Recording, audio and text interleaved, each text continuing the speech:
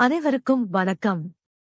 இன்று நாம் தமிழ் வழியாக ஹிந்தி கற்கும் இரண்டாவது பாடத்தில் எண்களையும் நேரத்தைப் பற்றியும் தெரிந்து கொள்ளப் போகிறோம். வாருங்கள் பாடத்திற்குள் செல்வோம். முதலாவதாக 1 என்பதை ஹிந்தியில் ஏக் என்று சொல்ல வேண்டும். 2 என்பதை ஹிந்தியில் தோ என்று சொல்ல வேண்டும். 3 தீன், 4 चार, 5 पाँच, 6 छह,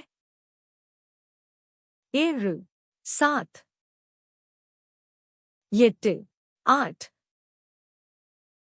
9 नौ,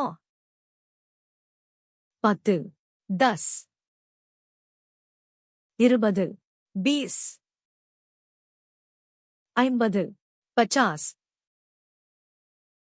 100 100. ஞாயிற்றுக்கிழமையை ஹிந்தியில் ரவிவார் என்று சொல்ல வேண்டும். திங்கட்கிழமையை ஹிந்தியில் சோவார் என்று சொல்ல வேண்டும். செவ்வாய்க்கிழமை மங்கள்வார், புதன்கிழமை புதார், வியாழக்கிழமை குருவார், வெள்ளிக்கிழமை शुवार, சனிக்கிழமை शनिवार. இன்று என்பதை ஹிந்தியில் ஆஜ் என்று சொல்ல வேண்டும். நாளை என்பதை ஹிந்தியில் கல் என்று சொல்ல வேண்டும்.